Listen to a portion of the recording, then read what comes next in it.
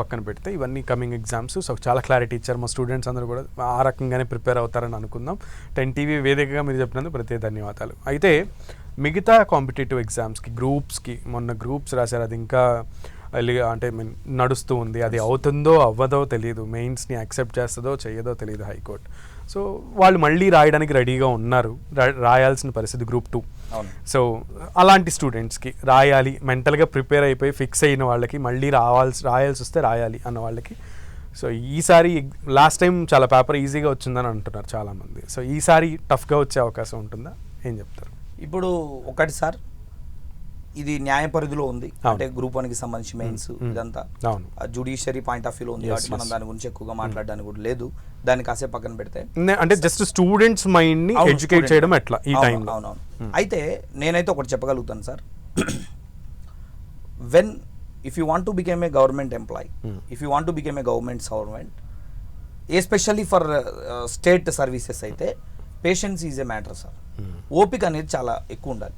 మీరు యూపీఎస్సీకి అయితే నీకు జనవరిలో నోటిఫికేషన్, ఎగ్జాంపుల్ ఇయర్లీ జూన్లో నీకు ప్రిలిమ్స్ ఉంటుంది, తర్వాత ఎప్పుడో అక్టోబర్లో అట్లా నీకు మెయిన్స్ ఉంటుంది, డిసెంబర్ వరకు నీకు ఇంటర్వ్యూ కూడా అయిపోతుంది అనే ఒక స్థాయి, ఒక క్లారిటీ నీకు ఉంటుంది.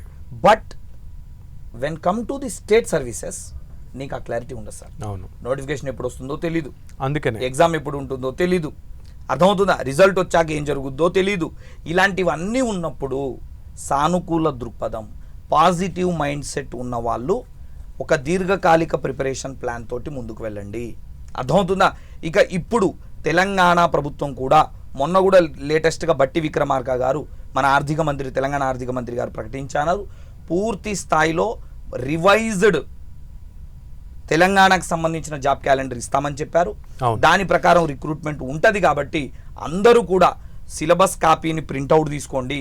సెల్లులల్లా పీడిఎఫ్లలో చూడడం కాదు, ఎవ్రీథింగ్ ఈజ్ ప్రింట్అవుట్ తీసుకోండి, దాన్ని అండర్లైన్ చేసుకోండి, స్టాండర్డ్ తెలుగు అకాడమీ పుస్తకాలు తెచ్చుకోండి, వాటిని దగ్గర పెట్టుకొని చదువుకోండి. ఎంత దారుణం సార్, మొన్న తెలుగు అకాడమీకిని కూడా అవును యాక్సెప్ట్ చేయలేదండి. అది కూడా ఒక పెద్ద వివాదం. చాలా మంది స్టూడెంట్స్ కూడా చాలా బాధపడ్డారు, చాలా బాధపడ్డారు. అవునండి, బికాస్ మేము తెలుగు అకాడమీ బుక్స్ నే ప్రాథమికంగా తీసుకున్నాం, కానీ వాళ్ళు గూగుల్ ని, ఎన్సైక్లోపీడియాని, దాని ఏమంటారు మన వికీపీడియాని వాళ్ళు బేసిక్ గా ప్రామాణికంగా తీసుకుంటే ఏం చెప్తాం. కాబట్టి దయచేసి అభ్యర్థులందరూ కూడాను ఎక్కడైతే అశోక్ నగర్ లాంటి వేదికల్లో, చిక్కడపల్లి సెంట్రల్ లైబ్రరీలో, ఉస్మానియా ల్యాండ్స్కేప్లో చదువుతున్నటువంటి నాతోటి మిత్రులందరికీ, తెలంగాణ మిత్రులందరికీ నేను చెప్పేది ఒకటే, దయచేసి సానుకూల దృక్పథంతో ఉండండి, సిలబస్ కాపీని దగ్గర పెట్టుకోండి, అనుక్షణం జాగ్రత్తగా చదివే ప్రయత్నం చేయండి. అర్థమవుతుందా? ఖచ్చితంగా ఉద్యోగం 100% వస్తుంది. మీరు ఆ పాజిటివ్ దృక్పథంతోనూ ఉండాలి. కారణం ఏమిటి అని అంటే, నేను ఒక చిన్న ఎగ్జాంపుల్ చెప్తా సార్. ఐ థింక్ నేను లాస్ట్ ఇంటర్వ్యూలో మెన్షన్ చేశానో లేదో గుర్తుకు లేదు, మళ్ళీ ఒక్కసారి నేను చెప్తాను.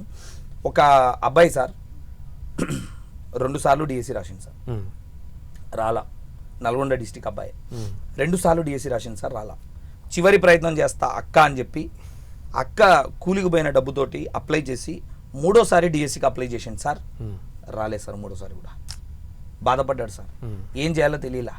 వాళ్ళు యాదవ్ సార్, వాళ్ళు గొర్రెలు కాసుకుంటూ బయటికి పోయినాడు సార్, రోజు గొర్రెలు వెళ్తున్నాడు సార్. చంద్రబాబు నాయుడు గారు గవర్నమెంట్ సార్, అప్పుడు direct recruitment DEO, deputy DEO పోస్టులు ఇచ్చింది సార్. డైరెక్ట్ అంటే ఒకటే exam, deputy DEO post sir. మనోడికి అసలు ఇంట్రెస్టే లేదు సార్. ఎందుకనంటే నాకు ఇప్పటికే రాలా. ఒరే, ఒక టీచర్ ఉద్యోగం రాని వాడు డిప్యూటీ డిఈఓ ఎందుకు వస్తుంది? డిఓ అంటే డిస్ట్రిక్ట్ ఎడ్యుకేషనల్ ఆఫీసర్, అది నాకు ఎందుకు వస్తుంది? ఉండిపోయాడు. కానీ వాళ్ళ అక్క సార్ ఆ ఊరు వచ్చి, లేదు నాన్న, నువ్వు చదువుకున్నావు, నాలెడ్జ్ ఉంది, సిలబస్ కూడా సేమ్ అంటున్నారు, నువ్వు అప్లై చేయి అని చెప్పి, ఆ రోజుల్లో పోస్ట్ ఆఫీస్లో డీడీ కట్టి అప్లై చేయాలి, ఆన్లైన్ గా సార్. వెళ్ళి పోస్ట్ ఆఫీస్లో డీడీ కట్టి అప్లై చేయించింది సార్. బలవంతంగా సంతకం పెట్టించింది ఆ అబ్బాయితోని.